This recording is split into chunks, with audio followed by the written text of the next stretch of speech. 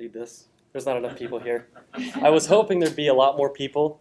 I tried to invite people my age to this, but I think people around my age really have zero interest in something like this, sadly. I would hope, but anyways, what Trent said is partially true.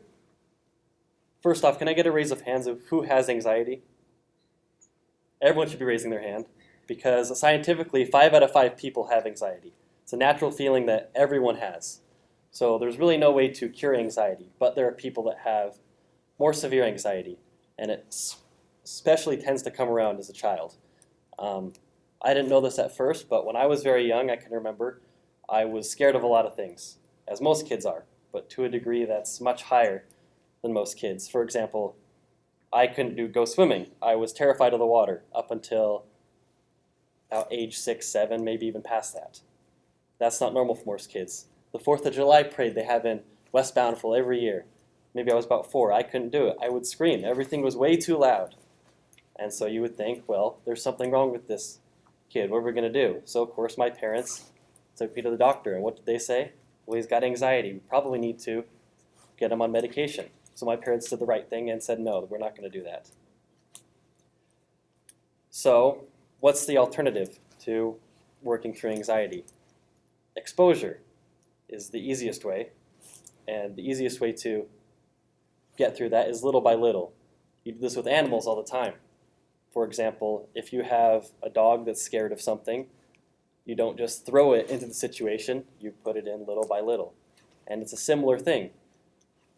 Humans work the same way. So instead it's, let's get you into the water in the shallow end, and let's start you working slower and slower. Maybe we'll put floaties on you and go to the deep end. Eventually we'll take them off. Little things like that. There's a study done by the University of Pittsburgh that proves this even more. They had 3 groups of people. A group of people on just medication for anxiety, a group of people on medication and doing exposure treatment, and people on just exposure. Then they'd have them, after the end of the day or after their treatment, they'd have them ask what levels of anxiety they were feeling. The people who were just on medication still had the worst anxiety.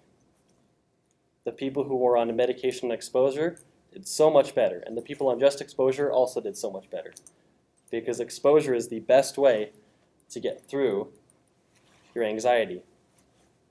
So here's me as a kid with all this anxiety I have. And if I was to be given medication, I might not be the same, and I'd probably still have the same amount of anxiety I have to this day.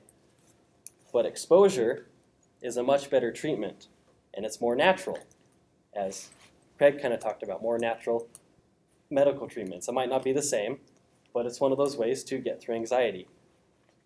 I teach at a martial arts studio, and I get to see this all the time with lots of kids. I used to be the same way.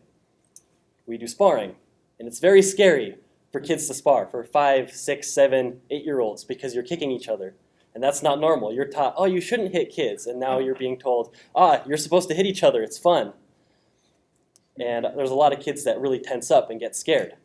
And so how do I go through that? Well, I knew the same way. I got thrown in, and it was good for me.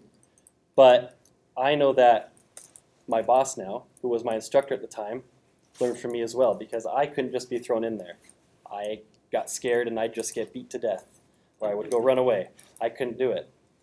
So you have these same kids, and how do you deal with it? Well, let's put them up against someone that's their same level, and slowly expose them into more and more and more and more. And that's not a way to cure anxiety, but it's a way for you to get over fear. The other way that a lot of people don't realize is that breathing is important. And this is another thing I learned from doing my martial arts, because they have meditation. Meditation isn't a mumbo-jumbo thing where you're calling spirits down to help you or guide you or anything. It's just breathing. And breathing is the most important thing you can have a kid do. If they're upset or anything, when I'm teaching, if a kid gets upset, I'm not going to get mad at them. I'm not going to tell them they're doing bad. I just have them go sit in the corner and say, go meditate. And they just go and sit and breathe. And then 5 minutes later, they'll come back and they're like, oh yeah, I'm ready now. I'm ready to learn. Or if they're struggling, having a hard time, go sit down and meditate, and they come back and they're like, I'm feeling better now, I want to kick some other kids too. That's the easiest way to get through anxiety. So me as a kid, I got through that and learned from that experience, and now I don't even realize what I have is I don't even consider anxiety. Everyone has anxiety. There's good and bad anxiety, and all of it's good, actually. I lied. There's only good anxiety. There are people that I lied. There are people that have anxiety to a severe degree, but there are ways to get through that that don't cause medication. I'm not here to say that medication is bad for everyone, but there's a lot more harm because not every medication is right for everyone. And so taking the correct steps to properly diagnose the problem, because anxiety is, as we said, science proves that 5 out of 5 people have anxiety. It's a natural feeling for everyone. And anxiety medication doesn't always work for everyone. There are people that do need it, yes, but in most cases, it's 1 out of 5 people, another study by the University of Pittsburgh, 1 out of 5 people have anxiety that's above normal levels. But not that it needs to be treated by medication, that it can be treated by simply exposure to more stressful situations where people learn how to solve them. So this doesn't really apply to most people here because probably most people here don't have high levels of anxiety, but it might be helpful if you have a kid or you know someone who has a kid or you know someone who does have high anxiety that is potentially thinking about doing medication. That's not, again, a bad thing, but suggesting exposure treatment first off. I'm Chance, and that's it.